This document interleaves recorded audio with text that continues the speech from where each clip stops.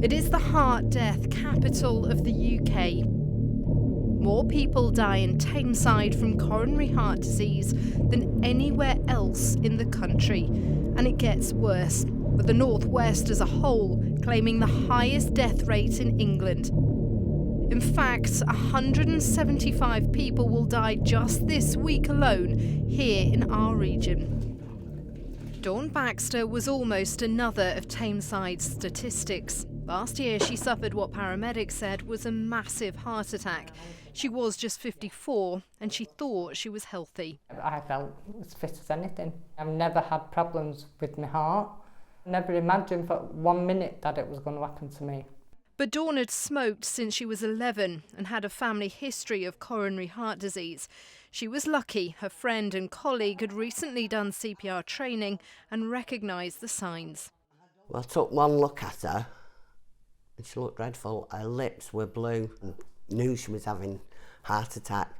Rushed to hospital, she was given a stent to widen her arteries, making her just one of the 8% who currently survive a heart attack.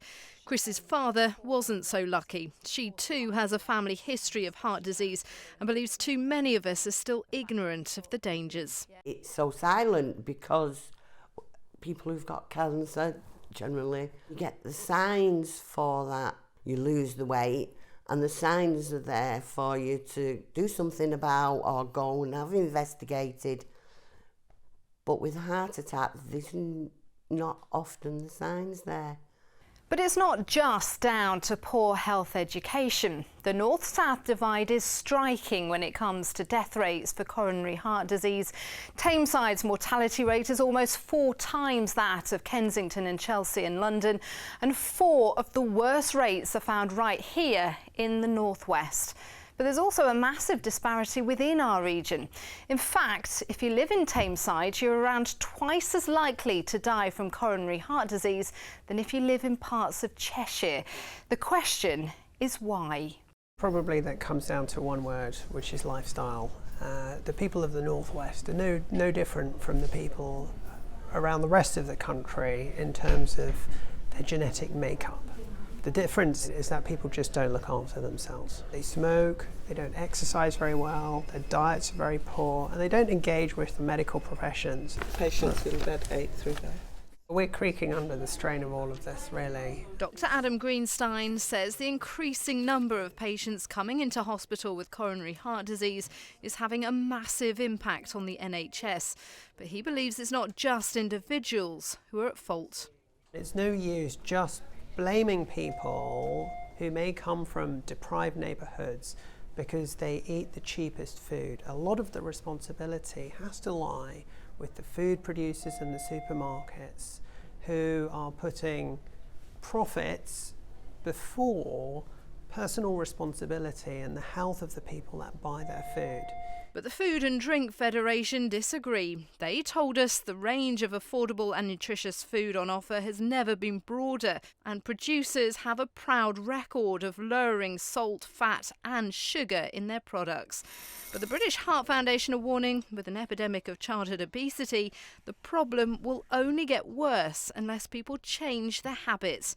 Dawn has already done that. He did say to me, as he finished the stent, he said, if you don't give up smoking, you'll be back here in 6 months' time. So, but I haven't touched a cigarette since that day. So hopefully, fingers crossed. For her, it's been a wake-up call. She's hoping others will follow suit. Mel Barham, ITV News, Ashton-under-Lyne.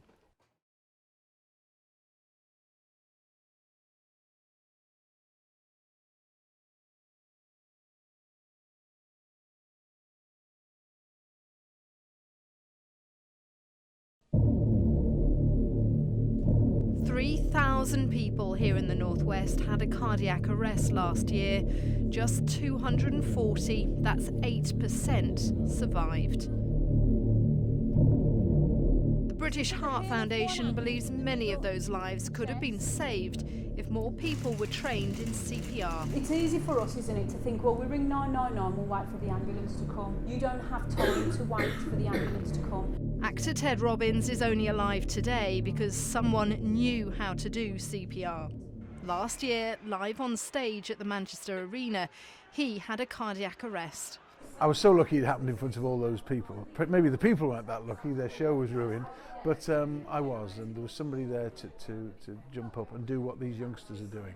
So that's why I keep on and on, hopefully spreading the word, the gospel of learn how to do CPR. You're like a life belt, if you like, keeping people alive.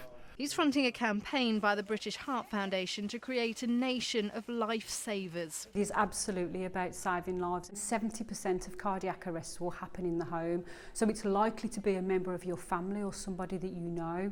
So it's important to get these skills so that you can help make a difference between life or death. Here at the Derby High School in Bury, they're making CPR part of the curriculum. Education starts at school. The younger that people learn how to do it, the more practice they can get and the more confident they can get as they get older. It's been a real insight into how easy it is to save somebody's life, and it's made me think about how I would feel if I was faced with that opportunity to save somebody's life and I didn't have the skills to do it. It's just amazed me that it's something so simple. If every school in the country begins to learn how to do this and have this in the curriculum, then I think a lot of lives could be saved. If people learn it, then they can save a life. It's just simple. Anthony Jacobs is living proof of that. His life was saved by a team of volunteers after he had a cardiac arrest on the football pitch in Kirby. At first we all thought it was just a case of he's just fainted, but then it dawned on us quite quickly that he just wasn't moving full stop, and that's when, luckily enough, we started CPR on him. It's not something many people would do. Many people would freeze, but I was so lucky to have so many people act instead of just freezing. They literally saved my life. Without them, I wouldn't be standing here now. Anthony was lucky there were people there who knew what to do. He was saved thanks to CPR, but his family are now campaigning to get defibrillators put in all sports grounds as an extra precaution. This isn't a matter of if it happens again. We believe it will happen again. And the next person it happens to, they mightn't be as lucky as Anthony. If we can get defibrillators, it would just save a lot of heartache. It's just peace of mind. It's something the father of 12-year-old Oliver King has been lobbying the government about. The 12-year-old from Liverpool died from a cardiac arrest 5 years ago during a swimming lesson. He wants to make it law for a defibrillator to be in every public building. But campaigners say not only do they need more defibrillators, more training, CPR needs to be part of the curriculum in schools. So in the future, no one need die because of ignorance with how to help. Mel Barham, ITV News.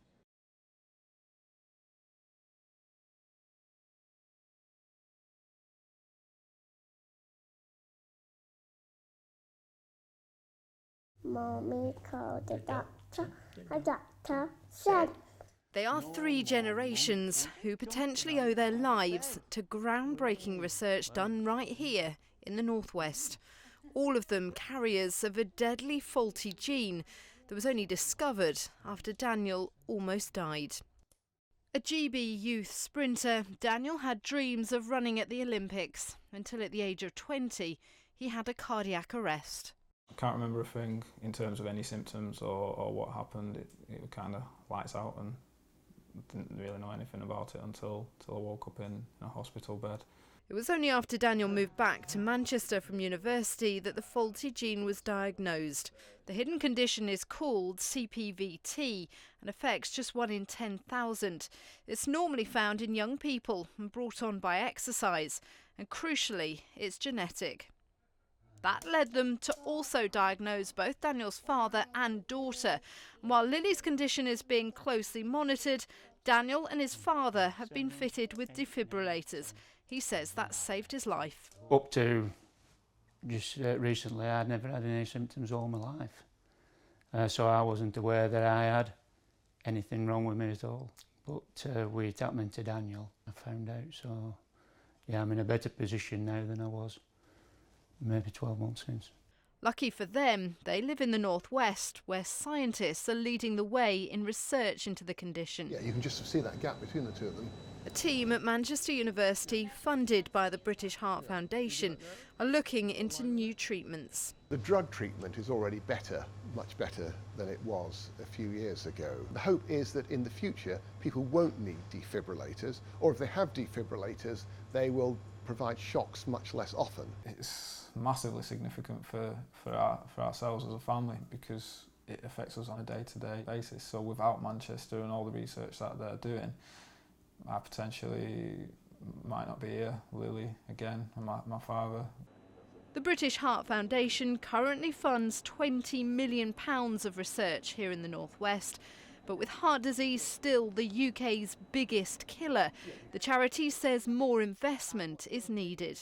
We're making great inroads with the funding we've got at the moment, but remember this, although an important area of cardiovascular research, is only one area. You've got to look at it in the whole context of the cardiovascular disease burden, the major killer certainly in the Western world, and great strides are being made, but there's a lot more to be done. For Lily and her dad, taking medication is now just part of everyday life. Well done, good girl. Wherever she goes, a bag carrying her defibrillator follows. The hope is, with more research, Lily's condition can be controlled just through medication, giving her a much improved quality of life. Mel Barham, ITV News, Bacup.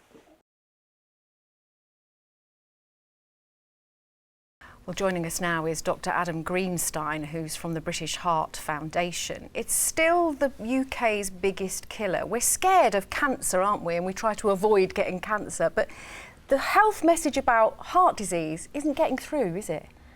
Well, we're trying hard to address this, but every time we do address one factor like smoking, another factor seems to rear its head a bit like Medusa. So we're battling on a number of fronts at the moment. But as you say, awareness is key. Let's talk about childhood obesity, which we know is a problem, and that's setting up problems for the future, isn't it? Yes, we're very concerned, I think, as doctors now about obesity in children.